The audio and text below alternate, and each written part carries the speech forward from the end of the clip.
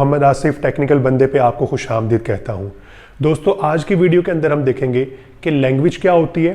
क्योंकि हमारी ये ऑटोमेटा की सीरीज़ का दूसरा लेक्चर है, तो इसमें हम देखेंगे लैंग्वेज क्या होती है, हमारे पास जो है लेटर्स जो हैं ये क्या होते हैं, अल्फ़ाबेट्स जो हैं ये क्या होते हैं, और इसी तरह अगर हम बात करें स्ट्रिंग्स और वर्ड्स जो हैं इनमें क्या डिफरेंस है। और इसी तरह सबसे आखिर के ऊपर हम देखेंगे हमारे पास एक स्पेशल टाइप की एक स्ट्रिंग होती है जिसे हम एम्प्टी स्ट्रिंग बोलते हैं, ये क्या होती है और हम इसे किस तरह से रिप्रेजेंट करते हैं। तो चलें स्टार्ट करते हैं और देखते हैं कि सबसे पहले हमारे पास लैंग्वेज क्या है। ओके जी, अगर हम लैंग्वेज की बात करें तो लैंग्वेज हमारे पास, अगर हम इन जनरल इनकी डेफिनेशन करें इसकी जो है, तो वो ये है कि वे ऑफ कम्युनिकेशन है। तो इसी तरह जब आप कंप्यूटर से कम्युनिकेट करना चाहेंगे तो ज़ाहिर बात है आपको उसके लिए भी कोई लैंग्वेज चाहिए होगी। तो कंप्यूटर की एक ख़ास लैंग्वेज होती है, जिस तरह हमने जो है वो अक्सर सुना हुआ है, कंप्यूटर की लैंग्वेज जो है वो बाइनरी लैंग्वेज होती है। तो इसी तरह अगर हम ह्यूमन की बात करें तो हम ह्यूमन जो है, जिस तरह मैं उर्दू में बात कर रहा हूँ तो मेरी लैंग्वेज जो है वो उर्दू है।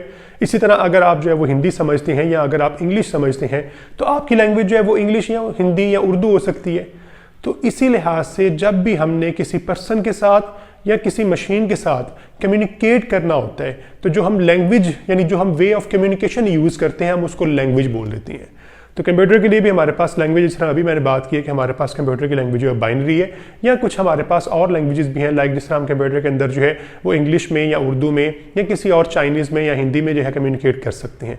तो ये जो सारी लैंग्वेजेस जो हैं जिनकी मदद से हम कम्युनिकेट कर सकते हैं, चाहे मशीन के साथ करें चाहे पर्सन के साथ करें, ये तमाम लैंग्वेजेस जो हैं ये आपकी फिर जो है वे ऑफ कम्युनिकेशन या लैंग्वेज कहलाती हैं।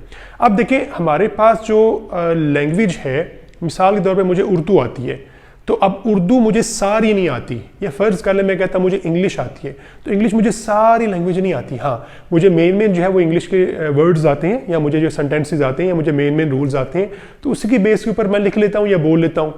तो बिल्कुल इसी लिहाज से अगर हम मशीन्स की बात करें तो मशीन्स में भी क्या होता है कि मशीन की एक लैंग्वेज तो है, लेकिन क्या वो लैंग्वेज सारी उसे आती है या उसके अंदर उस लैंग्वेज से रेलिवेंट सारी इंस्ट्रक्शन स्टोर कर दी गई होती हैं? नहीं, ऐसा नहीं होता। मिसाल के तौर पर अगर हम मिसाल है दो मशीन्स का हम जिक्र कर लेते हैं। मिसाल के तौर पे हमारे पास एक माइक्रोवेव ओवन है, तो माइक्रोवेव ओवन के अंदर भी एक इलेक्ट्रॉनिक डिवाइस है, ज़ाहिर बात उसके अंदर भी कोई लैंग्वेज काम कर रही होगी, उसके साथ भी हमने कम्युनिकेट करना होता है या उसके डिवाइसेज ने उसके हार्डवेयर से आपस में कम्युनिकेट करना होता है। तो अब उसके लिए जो हम एक लैंग्वेज यूज़ करेंगे या कोई सी भी जो लैंग्वेज यूज़ करेंगे, ज़ाहिर बात है उसमें जो उसको इंस्ट्रक्शंस उसके पास स्टोर होंगे बहुत थोड़ी सी होंगी। लाइक उसमें कौन कौन सी इंस्ट्रक्शन हो सकती हैं? उसमें इंस्ट्रक्शन ये हो सकती हैं कि उसको स्टार्ट कैसे करना है, उसने जो है वो ऑफ कैसे होना है, टाइमर कैसे चलाना है, ये कुछ इंस्ट्रक्शन उसके अंदर हो सकती हैं, या हीट अप जो है और हीट डाउन कैसे करना है, ये कुछ इंस्ट्रक्शन उसके अंदर हो सकती हैं। लेकिन इसके अगेंस्ट अगर हम बात करें कैलकुलेटर की जो है, तो अब कैलकुलेटर जो है ज़ाहिर बात है इसके ऊपर बटन्स भी ज़्यादा हैं जिसकी मदद से हम इनपुट कर सकते हैं। तो ज़ाहिर बात है अगर बटन ज़्यादा है तो इसके अंदर इंस्ट्रक्शन भी ज़्यादा होंगे ना, क्योंकि हम जो है वो कैलकुलेटर को सिर्फ ऑन ऑफ नहीं करते।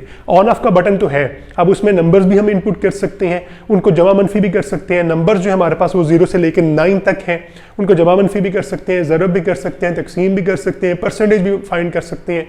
तो ज़ाहिर बात है अगर आपका कैलकुलेटर जो है वो इतने काम कर सकता है तो इसका मतलब ये है कि उसके अंदर इंस्ट्रक्शन ज़्यादा जो है वो स्टोर है।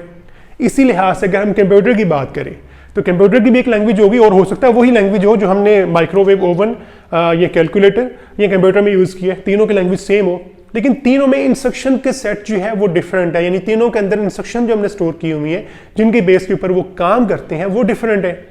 अब कंप्यूटर की बात करें तो कंप्यूटर को आप देखें हमारे पास जो इनपुट करने के लिए कीबोर्ड भी काफ़ी बड़ा है, उसमें बहुत सारे सिम्बल्स हैं, और बहुत सारे सिंबल जो कीबोर्ड के ऊपर नहीं आपके वैसे भी अंदर मौजूद होते हैं। तो आप उन सिंबल्स को कंप्यूटर के अंदर इनपुट कर सकते हैं, उनके ऊपर प्रोसेसिंग करवा सकते हैं। तो जाहिर बात है कंप्यूटर के अंदर उन सिंबल्स को या उन तमाम लेटर्स को समझने के लिए जो है इंस्ट्रक्शन स्टोर होंगी। तो लिहाजा अगर हम कंपैरिजन करें तो हमारे पास यूं कह लें कि आपकी जो माइक्रोवेव ओवन है उसकी इंस्ट्रक्शन कम है, यानी उसकी लैंग्वेज छोटी है, यानी उसे इंग्लिश आती तो है लेकिन बहुत बेसिक सी आती है। अगर हम कैलकुलेटर की बात करें तो उसको भी जो है वो इंग्लिश आती है लेकिन उसे थोड़ी सी ज़्यादा आती है उससे जो है। लेकिन अगर हम कंप्यूटर की बात करें तो वो कह लें कि वो एक पूरी डिक्शनरी है, यानी उसे बहुत ज़्यादा इंग्लिश आती है। तो इस लिहाज से इन तीनों के इंस्ट्रक्शन सेट या इन तीनों की लैंग्वेजेस जो हैं वो हैं तो एक, लेकिन अंडरस्टैंडिंग लेवल डिफरेंट है, यानी इनका इंस्ट्रक्शन सेट जो है वो डिफरेंट है। तो ये हमारे पास जो था कुछ लैंग्वेज से रेलिवेंट था।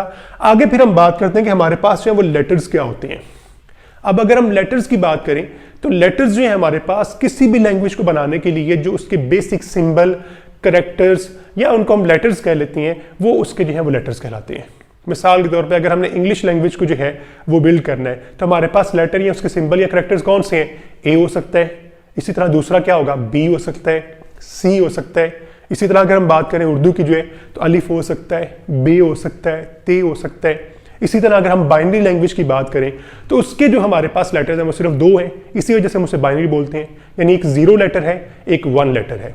तो ये जो हमारे पास किसी भी लैंग्वेज के जो बेसिक सिंबल्स या लेटर्स या वर्ड्स होते हैं या जिनकी मदद से हम उनको बिल्ड कर सकते हैं, उन सब को हम कहते हैं कि वो हमारे पास लेटर्स हैं। ठीक है जी। तो इसके आगे अगर हम चलें तो हमारे पास फिर आ जाता है अल्फाबेट जो है। अब अल्फाबेट जो है उसको हम रिप्रेजेंट किस तरह से करते हैं, उसको रिप्रेजेंट करने के लिए हम ये वाला सिंबल यूज करते हैं जिसको हम सिग्मा बोलते हैं। अब ये अल्फाबेट क्या है, वो तमाम लेटर्स जो किसी भी लैंग्वेज के अंदर यूज हो सकते हैं उन सबको मिला के जो हम एक सेट बनाते हैं उसको फिर हम कहते हैं वो अल्फाबेट है। लाइक अगर हम इंग्लिश की बात की, मिसाल के तौर पर इंग्लिश में हमारे पास लेटर्स थे ये वाले ABC जो है, तो इन तमाम का जो सेट, जिस हमें पता है कि इंग्लिश के अंदर जो लेटर्स हैं वो 26 है, तो इन तमाम का जो सेट हमारे पास होगा, लाइक मैं अगर इसे इस तरह से लिख लूँ ABC एंड सो ऑन करते करते मैं Z तक ले जाऊँ, तो ये जो मेरे पास बना है, जो इसका सेट बना है पूरे का पूरा जो है, इसको मैं बोलूँगा ये अल्फाबेट है। तो ये अल्फाबेट जो है इसको हम रिप्रेजेंट किस तरह से करते हैं, इसको हम रिप्रेजेंट करते हैं सिग्मा से जो है। इसी तरह अगर मैं बाइनरी के लिए अल्फाबेट लिखूँ तो उसके लिए भी सिंबल तो मैं यही यूज़ करूँगा, तो उसके लिए हमारे पास आ जाएगा ये 2 सिर्फ लेटर्स या सिंबल्स या करेक्टर्स आ जाएंगे। तो ये हमारे पास जो है वो अल्फाबेट्स के एग्जाम्पल्स हैं। तो समझ के आई हमें जो है, समझ ये आई कि जितने भी एक लैंग्वेज को बिल्ड करने के लिए लेटर्स या सिंबल्स होते हैं उन तमाम का जो सेट है हमारे पास, हम उसको अल्फाबेट बोल देते हैं। तो ये हमारे पास अल्फाबेट की डेफिनेशन भी हो जाएगी। इसके आगे अगर हम चलें तो हमारे पास फिर आ जाती हैं स्ट्रिंग्स या वर्ड्स। अक्सर जो है बुक्स जो हैं या अक्सर जो लेक्चर्स हैं उनके अंदर जो है स्ट्रिंग ही ज़्यादातर यूज़ की जाती है, लेकिन मैं आपको कुछ जो है बुक्स के अंदर या कुछ जो है वो मटेरियल के अंदर, ऑनलाइन मटेरियल के अंदर वर्ड का जो है वो भी जो है लेटर वो यूज़ किया जाता है या वो भी वर्ड यूज़ किया जाता है। अब इसमें डिफरेंस क्या है? डिफरेंस ये है कि अगर हम सिर्फ स्ट्रिंग की डेफिनेशन करें तो स्ट्रिंग हमारे पास क्या है, एनी कॉम्बिनेशन, यानी फाइनाइट कॉम्बिनेशन हम कह लेते हैं। फाइनाइट से मुराद जो काउंटेबल हो, तो अभी हम इस पे बात करेंगे आगे जाके कि फाइनाइट और इन्फिनिट से क्या मुराद है, लेकिन अभी फाइनाइट के लिए हम ये कहते हैं कि एक स्मॉल साइज का हो, काउंटेबल हो, उसको हम फाइनाइट बोल लेते हैं। तो हमारे पास फाइनाइट कॉम्बिनेशन ऑफ लेटर्स जो है फ्रॉम अल्फाबेट्स जो है उसको फिर हम स्ट्रिंग बोल लेते हैं। अब स्ट्रिंग जो है हमारे पास ये वर्ड्स में कब कन्वर्ट होती है, जब आप उन स्ट्रिंग्स को बिल्ड करते हुए कोई रूल्स फॉलो करेंगे तो आपके वो वर्ड्स बन जाएंगे। ठीक है जी। हम इसको जरा एग्जांपल से अंडरस्टैंड करते हैं तो हमें फिर अच्छे तरीके से समझ आ जाएगी कि इसमें क्या डिफरेंस है। मिसाल के तौर पे हमारे पास जो है वो फर्ज कर लें कोई एक अल्फाबेट है, क्योंकि जब भी आपने कोई लैंग्वेज बिल्ड करनी है तो उसके अंदर एक अल्फाबेट होगा। अल्फाबेट है हमारे पास जो है वो A और B है। हम एक लैंग्वेज बिल्ड करना चाह रहे हैं और वो लैंग्वेज क्या है, वो लैंग्वेज ये है कि वो लैंग्वेज इस तरह से हम उसको डिफाइन करते हैं, स्टार्ट विद A या स्टार्ट विद B कर लेते हैं। यानी लैंग्वेज जो है हमारी वो B से स्टार्ट हो रही है और हमने उसके लिए लैंग्वेज लिखनी है। अब इसके लिए अगर मैं वैसे कॉम्बिनेशन लिखूं, सारे जो है सिग्मा के जो है सारे कॉम्बिनेशन लिखूं, तो कॉम्बिनेशन मेरे पास क्या आ जाएंगे, नल स्ट्रिंग आ जाएगी। नल स्ट्रिंग अभी हमने देखना कि क्या होती है, ठीक है, जिसे हम एम्प्टी स्ट्रिंग भी बोलते हैं। नल स्ट्रिंग को रिप्रेजेंट हम आमतौर पर इस तरह से करते हैं, नल स्ट्रिंग हमारे पास आ जाएगी, A आ जाएगा, फिर हमारे पास B आ जाएगा। यानी ये मैं स्ट्रिंग्स लिख रहा हूँ अभी सारी जो है, जो कि किसी रूल्स को फॉलो नहीं कर रही, बल्कि वो इस अल्फाबेट्स के ऊपर जो है इसके किसी भी कॉम्बिनेशन को मिला के हम बनाते हैं। तो कॉम्बिनेशन जब हमने बनाने होते हैं तो शुरू में हम क्या करते हैं, हम सबसे छोटा कॉम्बिनेशन पहले लेते हैं, फिर 1 लेटर्स वाले ले लिए, फिर 2 वाले ले लेते हैं। अब 2 वाले कैसे बिल्ड करेंगे, 2 वाले हमारे पास आ जाएगा AA, AB, BA and BB। ये हमारे पास 2 जो है वो लेटर्स वाले जो है वो कॉम्बिनेशन सारे आ गए। इसी तरह मैं अगर कुछ और लेटर्स जो है वो लिखता हूँ, लाइक आपके पास फिर आगे क्या आ जाएगा, AAA आ जाएगा, AA-B आ जाएगा, इसी तरह हमारे पास BA-B भी आ जाता है इसके अंदर जो है, एंड सो ऑन। तो ये हमारे पास ना एक कॉम्बिनेशन है तमाम स्ट्रिंग्स का। अब हमने ये देखना है कि इनमें से स्ट्रिंग्स कौन सी हैं और इनमें से वर्ड्स कौन से हैं, क्योंकि हमने एक लैंग्वेज डिफाइन की है जो कि B से स्टार्ट हो रही है। तो इस लिहाज से अगर हम देखें तो इसमें अगर आप लेटर्स देखें, कौन से लेटर्स जो हैं या कौन सी स्ट्रिंग जो है हमारे पास जो है वो शुरू हो रही है B से जो है। तो अगर हम अंडरलाइन करते हैं तो लाइक हमारे पास ये B है, उसके बाद ये BA है, BB है और इस तरह हमारे पास BAB है।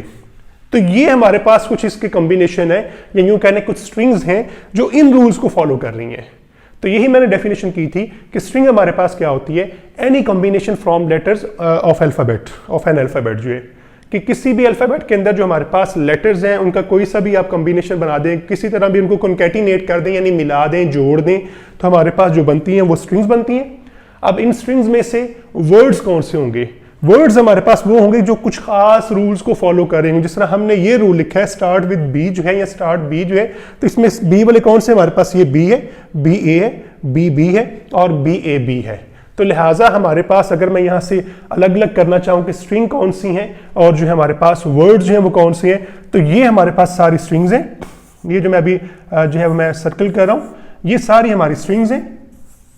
लेकिन चूंकि किसी रूल्स को फॉलो नहीं कर रही है, हमने किसी भी कॉम्बिनेशन को यानी इस अल्फाबेट के कॉम्बिनेशन को मिलाकर बना दी है, लेकिन हमने जो एक रूल डिफाइन कर दिया एक लैंग्वेज के लिए जो है, और वो लैंग्वेज हमारे पास क्या थी? स्टार्ट विद बी जो है। तो उसमें हमारे पास ये जो मैंने सर्कल नहीं किए हुए, ये हमारे जो है वो सारे ऐसी स्ट्रिंग्स हैं जो इन रूल्स को फॉलो कर रही हैं, तो वो वर्ड्स बन जाएंगे। तो क्या फर्क पड़ा हमें फिर जो है? समझ के आई, समझ गई हमें जो है कि स्ट्रिंग जो है हमारे पास वो कोई सा भी जो कॉम्बिनेशन होगा हम उसे स्ट्रिंग कह देंगे। लेकिन अगर कोई स्ट्रिंग जो है कुछ रूल्स को फॉलो कर रही है तो वो फिर जो है वो हमारे पास वर्ड्स बन जाएंगे, या हम उनको ये भी कह सकते हैं स्ट्रिंग विद रूल्स जो हैं। और जो भी स्ट्रिंग विद रूल्स होंगी वो असल में आपकी लैंग्वेज कहलाती हैं। यानी आपकी जो ये लैंग्वेज होगी, फिर इसके अगर मैं लिखना चाहूँ यहाँ पे इस लैंग्वेज को जो है, तो वो लैंग्वेज हमारे पास फिर क्या होगी?